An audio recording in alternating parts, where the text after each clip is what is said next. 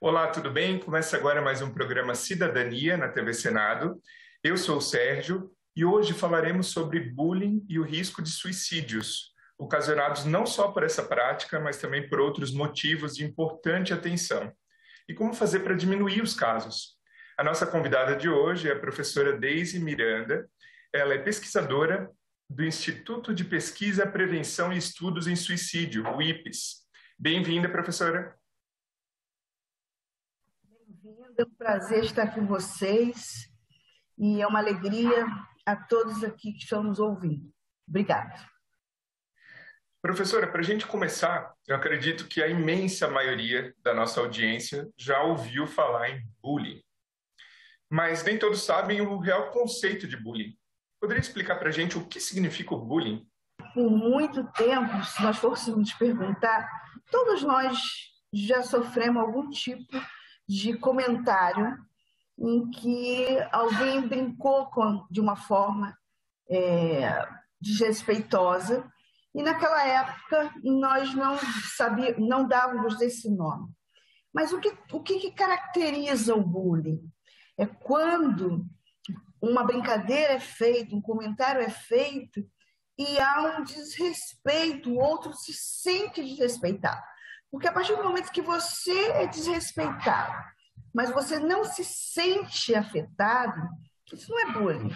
Agora, a partir do momento que há um interesse de afetar e aquele colega ou uma pessoa adulta sabe que aquilo machuca, que aquilo diminui, então isso é um bullying. Então, é uma atitude, uma forma de violência verbal, mas que para poder se caracterizar como essa violência, é preciso que o outro se sinta afetado, né? E isso não, e é uma coisa importante dizer. O bullying, ele não é uma prática essencialmente com adolescentes. Isso existe com adultos, isso existe com idosos, existe com qualquer pessoa, porque é uma violência emocional, né, que acaba afetando a autoestima, afetando até mesmo a sua autopercepção e a saúde mental das pessoas, né? A professora comentou que não é limitado, né, ao público adolescente essa prática. Como a gente vê em muitos filmes de adolescente, aquele bullying, aquela provocação, né, ofensas na escola. Mas onde, além desse ambiente escolar, onde se pratica, onde ocorre o bullying? Olha, eu vou dar um exemplo típico do local que eu estudo. Além das escolas, universidades, no mundo escolar, acadêmico, eu também estudo as organizações complexas, que são as penitenciárias, que são as instituições de segurança pública como um todo. E nessas instituições em particular, o bullying é praticado como algo que não é nem sequer reconhecido como bullying, porque é banalizado. Rir do outro, diminuir o outro, faz parte das brincadeiras, como acontece no Exército, como acontece na Marinha, ou seja, são instituições complexas, fechadas, que tem como forma de lidar com o outro essa prática de diminuir o outro. Mas por que isso acontece?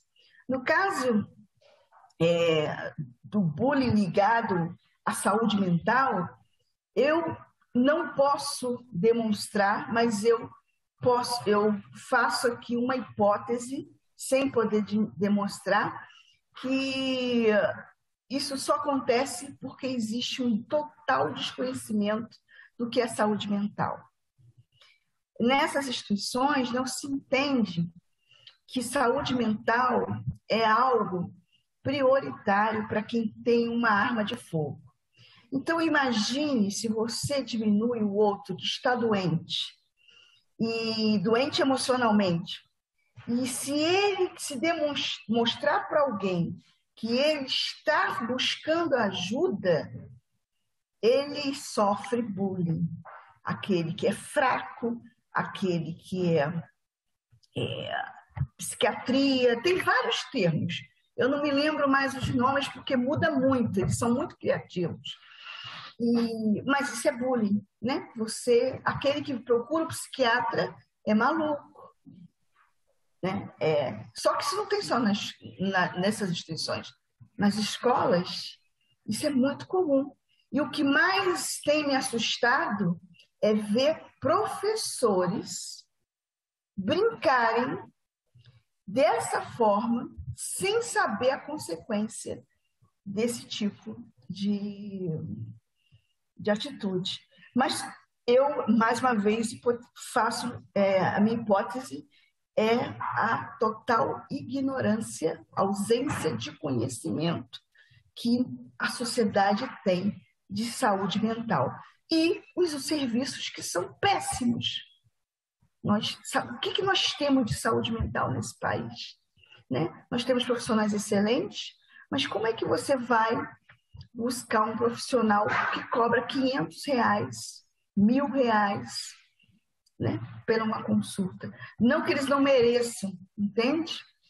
O que nós não temos é um entendimento e um investimento numa cultura do conhecer, que esse é o primeiro ponto. Você não tem que investir, botar dinheiro num serviço se você não trabalha com as campanhas. Olha a campanha do tabaco. O Dr. Drauzio Varela trabalhou anos fazendo campanhas para conscientizar o efeito do tabaco, dos cigarros. Teve efeito? Tanto que teve que hoje toda empresa tem que informar que aquele produto causa mal à saúde. Agora as pessoas escolhem. A taxa de consumo diminuiu? Diminuiu. Mas ficou o quê? Anos.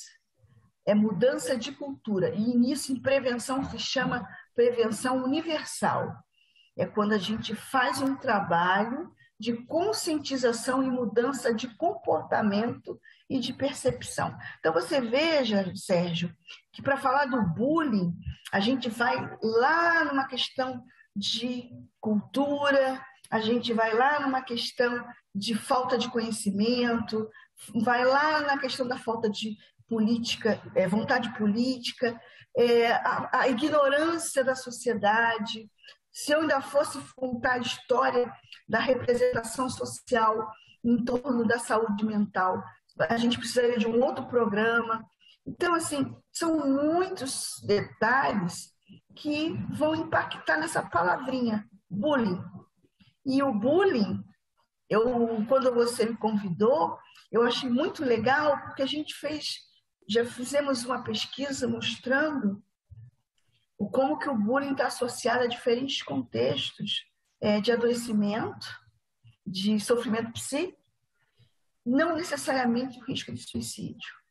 E depois, nós agora estamos fazendo novamente com o período dessa transição da pandemia, e a gente está vendo as questões muito próximas, com alguns ingredientes novos, justamente por essa ausência de conhecimento, o que é saúde mental. Entendeu? A senhora comentou num ponto muito importante, que às vezes, as pessoas desconhecem, né, o desconhecimento das consequências que o bullying pode gerar. E já fazendo um gancho, um link com o nosso tema do programa de hoje, que é o risco de suicídios, que eu acredito que a senhora vai comentar como uma das possíveis consequências do bullying, eu lhe pergunto quais são as consequências, né, para o ser humano, para a vítima do bullying. Olha, a primeira coisa, o bullying ele tem efeito num público específico, né? Se fôssemos falar, eu digo específico de características, né? Por exemplo, pessoas de baixa estima, pessoas que têm necessidade de reconhecimento da aprovação do outro, pessoas que estão acostumadas a sofrer essas brincadeiras como o gordo, o magro, o negro, o pequeno. Essas características costumam fazer parte da brincadeira do dia a dia de um adolescente, né? Aquele que foi traído, agora que eu aprendi que existe o tal do crush, então um crush que não deu certo. Essas brincadeiras, elas entram no universo das pessoas, eu estou falando no universo escolar, tá? Como algo banalizado. Esse é o problema. Nós banalizamos essas brincadeiras e, dependendo do perfil psicológico desse adolescente, vai ter um efeito diferenciado, porque a todo estímulo você tem um efeito diferente, né? Você afeta, mas a resposta é diferente. Mas é diferente por quê? Porque cada pessoa traz uma estrutura emocional diferente. Mas no geral, por que afeta um grupo geral, em geral? Porque hoje, Sérgio, a gente tem visto na escola, quando eu digo hoje, no contexto de pandemia e transição de pandemia, eu fiz uma pesquisa em 2018, encontramos jovens que declararam ter vivenciado bullying. Que tipo de bullying? Foi o que mais me assustou.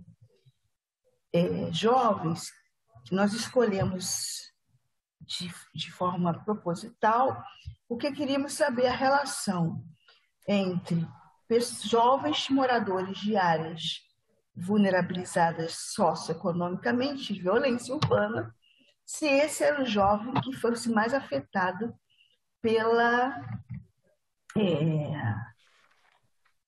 que teriam a sua saúde mental mais afetada.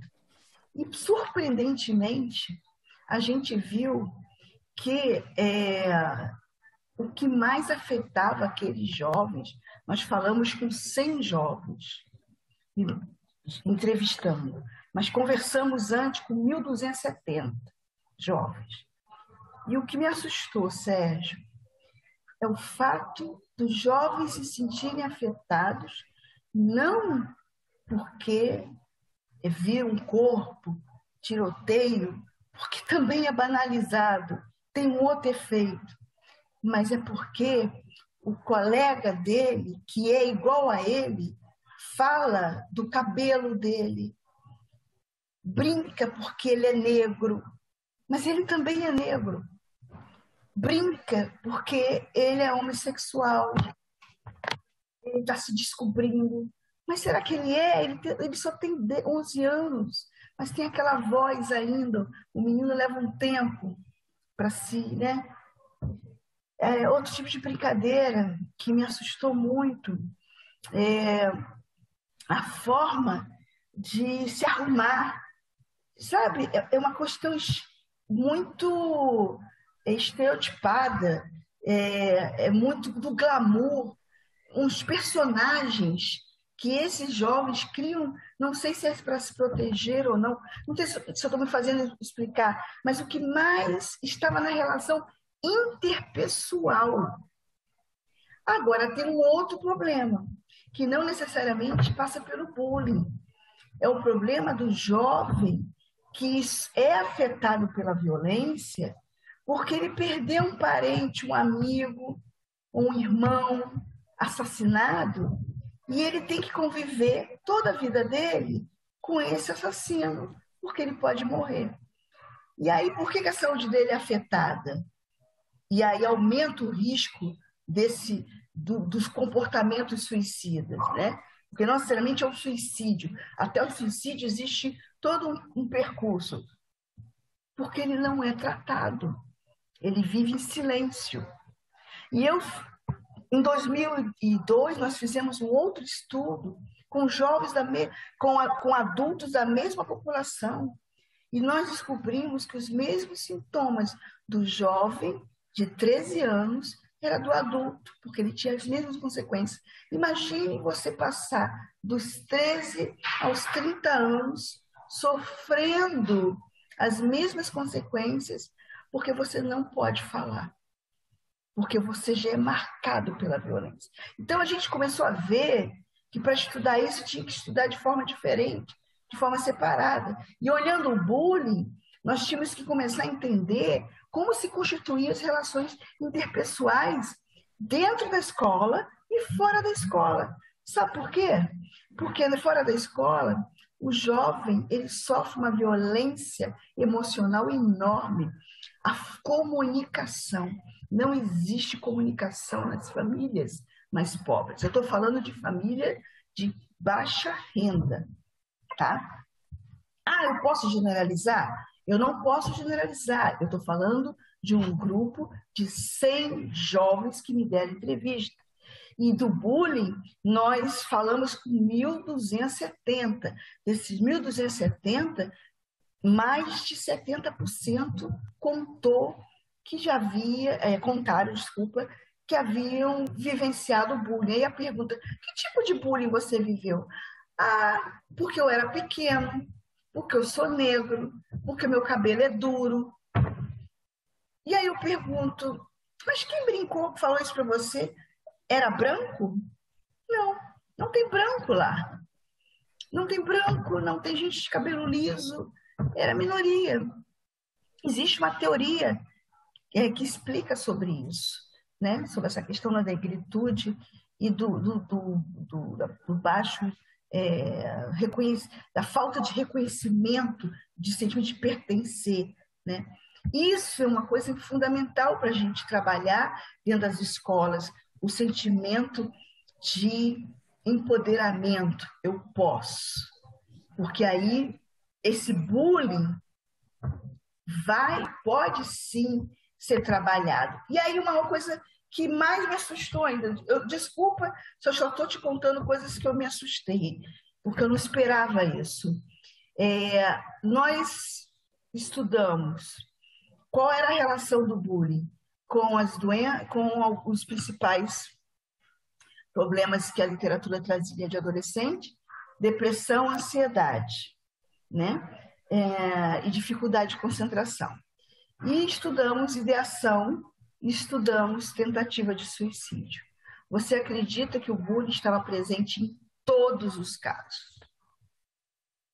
Ou seja, o processo ele vai acontecendo, ele vai minando a autoconfiança desse adolescente.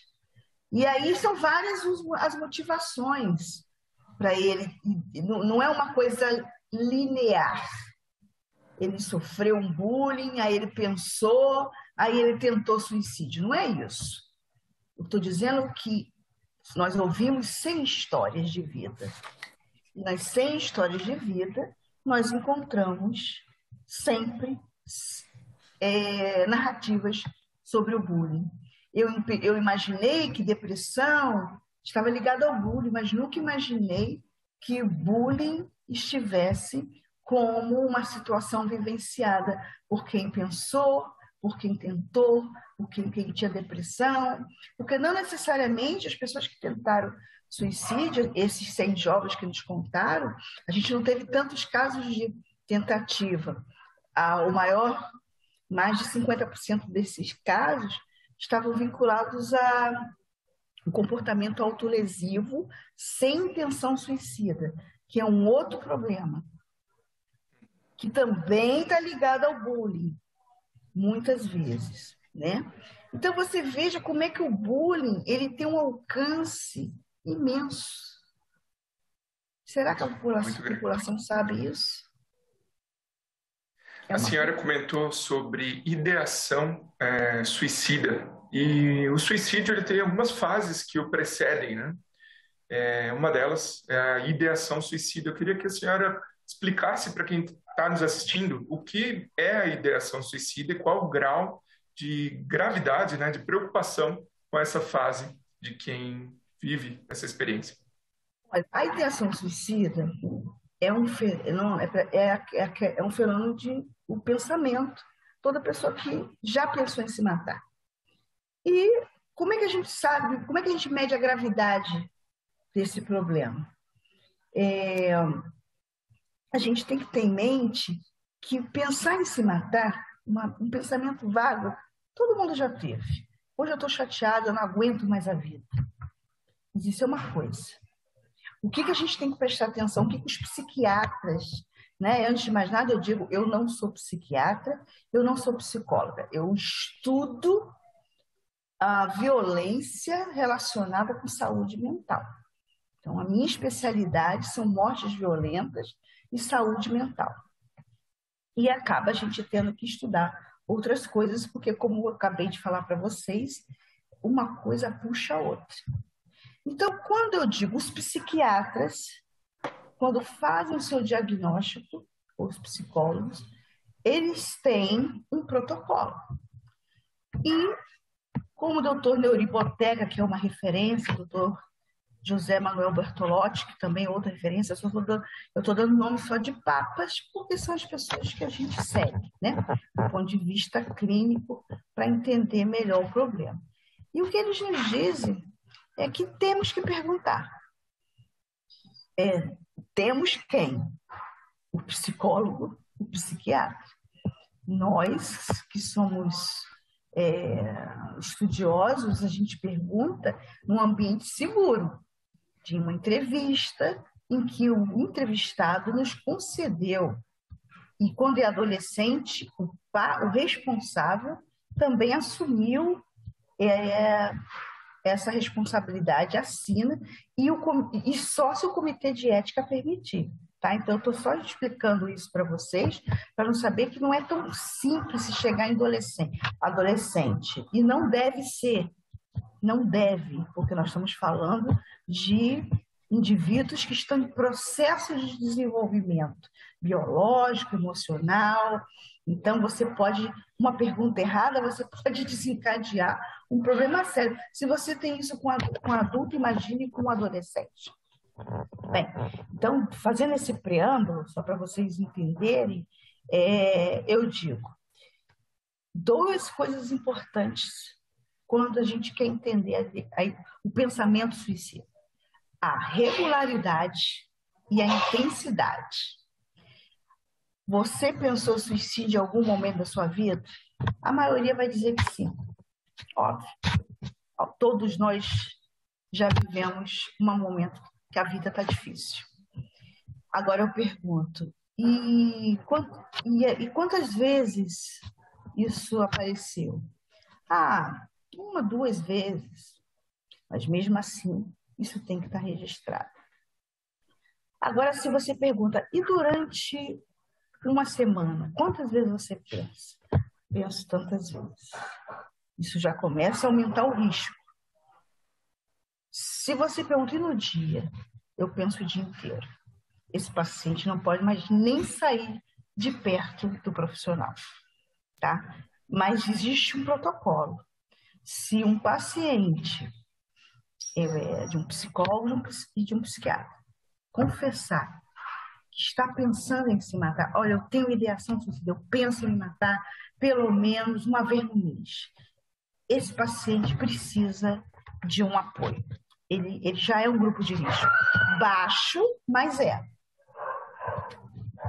Agora, se ele disser que pensa todos os dias, com maior regularidade, assim, mais de uma vez no dia, esse paciente ele já entra no médio e até mesmo já grave. Mas a gente considera o grave se envolver tentativa. Porque se houver histórico de tentativa, esse paciente tem que fazer prevenção indicada. O que é a prevenção indicada? É aquele que precisa estar em tratamento psiquiátrico e precisa da família estar envolvida. Aí é outro problema, sabe, Sérgio?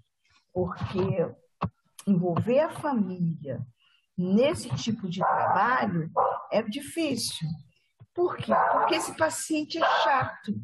Esse paciente, ele vai, ele volta, ele briga, ele não quer tomar um remédio, ele está cansado daquilo. E isso eu estou falando de um paciente, não estou dizendo nem de um paciente que é bipolar, eu não tenho expertise para falar sobre isso, tá? E só um psiquiatra poderia estar falando sobre isso. O que eu posso dizer, quando é que o risco aumenta? E esse risco precisa ser avaliado, investigado pelo esse profissional, para que as medidas sejam tomadas de forma correta. Então, assim, o pensamento suicida é um indicador de sofrimento psíquico que merece toda a nossa atenção e principalmente do profissional de saúde.